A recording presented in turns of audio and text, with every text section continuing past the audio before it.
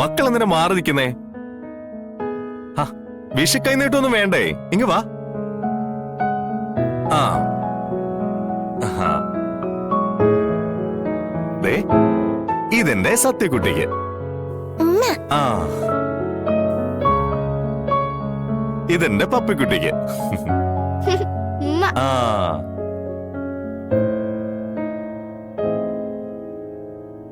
ഉമ്മ. ഉമ്മ.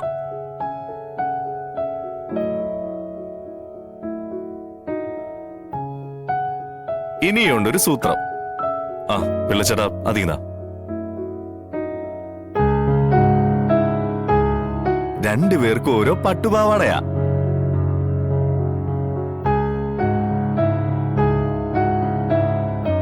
ഇത് ഉടുത്തിട്ട് വേണം ഇന്നിവിടെ എല്ലാം ഓടിക്കളിച്ച് നടക്കാൻ.